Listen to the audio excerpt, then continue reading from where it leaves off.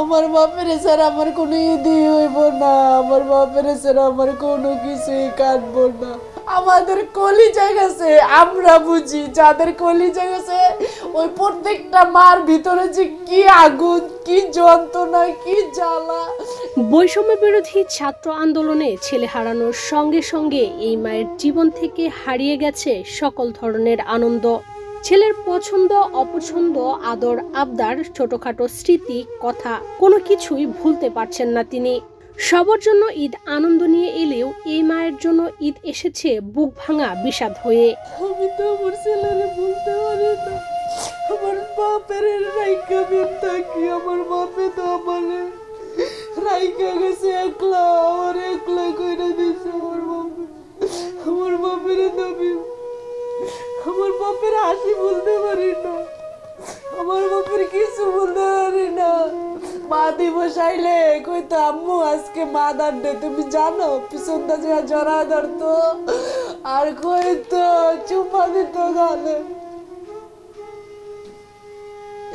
এখন আর কে দিব, কেউ দেয় না, দিব না। ছেলের ছবি, পুরনো জামা কাপড়ই এখন তার বেঁচে থাকার অবলম্বন। বুকের মানিককে হারিয়ে দিশেহারা এই মা বারে বারে ঘুরে ফিরে ছেলের ছবি আর পুরনো জামা কাপড়ে ছেলেকে খুঁজে ফিরেন।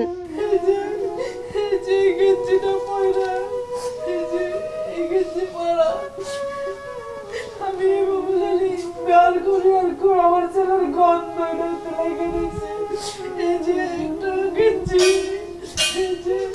গত ৮ মাস ধরে ঠিক এভাবে সময় কাটছে জুলাই গণ অভ্যুত্থানে যাত্রাবাড়ির কাজলায় শহীদ হওয়া ২১ বছর বয়সী সাইম হোসেন আলিফের মা শিউলি বেগমের। ছেলের প্যান্ট, আমার ছেলের শার্ট এগুলো সরাই দিছে, তারপর আমি কয়টা রাইকা দিছি আমার ছেলের স্মৃতি হিসাবে।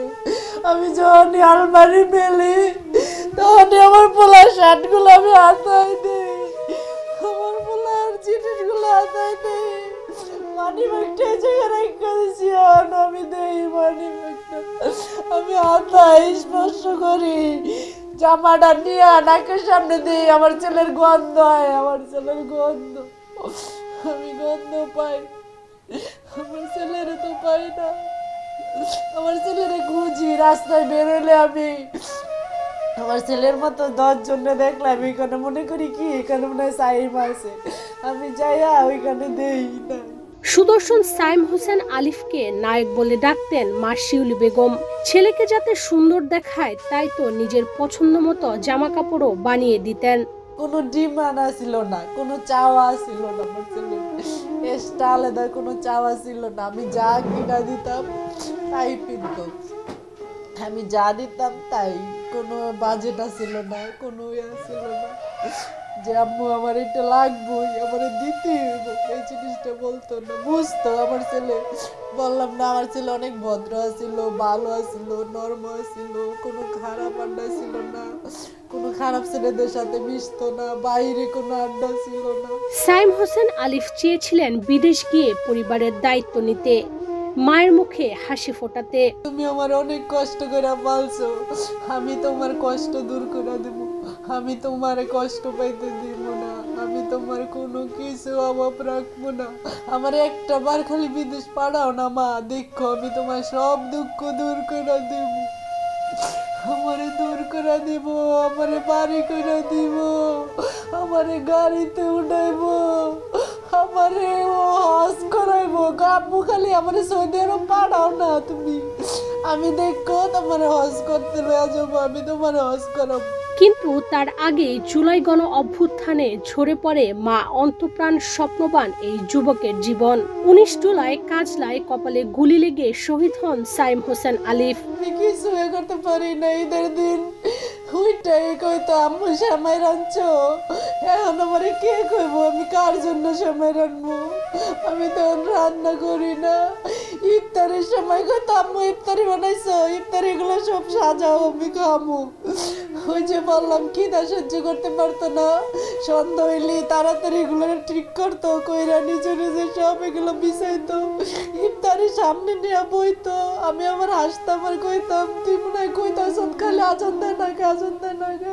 প্রাণপ্রিয় ছেলে হারানোর পর থেকে পাগলপ্রায় হয়ে বেঁচে আছেন এই মা। তিনি চান তার ছেলের রক্ত যেন বৃথা না যায়, আর খুনিদের যেন বিচারের আওতায় আনা হয়। চাই স্বৈরাচার শেখ হাসিনার বিচার চাই, যারা এর সাথে জড়িত তাদের বিচার চাই।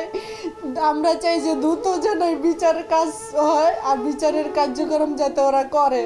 ওদের কাছে আমার একটাই আবেদন, একটাই চাওয়া, যে আমাদের ছেলেদের যারা নির্মমভাবে হত্যা করছে এই হত্যার বিচার চাই আমরা। আর ওদের কাছে আমাদের এইটাই চাওয়া। আমাদের কলিজা গেছে, আমরা বুঝি যাদের কলিজা গেছে, ওই প্রত্যেকটা মার ভিতরে যে কি আগুন, কি যন্ত্রণা, কি জ্বালা একটা মাই বুঝে। যাদের সন্তান হারাইছে, যারা ভাই হারাইছে, তারাই বুঝে যে কতটুক যন্ত্রণা, যতটুক ব্যথা নিয়ে আমরা এখনো বুকে চাপা দিয়ে বাইচে আছি, মানে না বাইসা মরার মতো বাইচে রয়েছি আমরা। তো এইটা এখনো কেন আমরা বিচার পাইতেছি না বুঝি না। তো আমরা বিচার চাই, এর সুষ্ঠু বিচার চাই। ইশরাত চৈতি, বাংলাদেশ প্রতিদিন।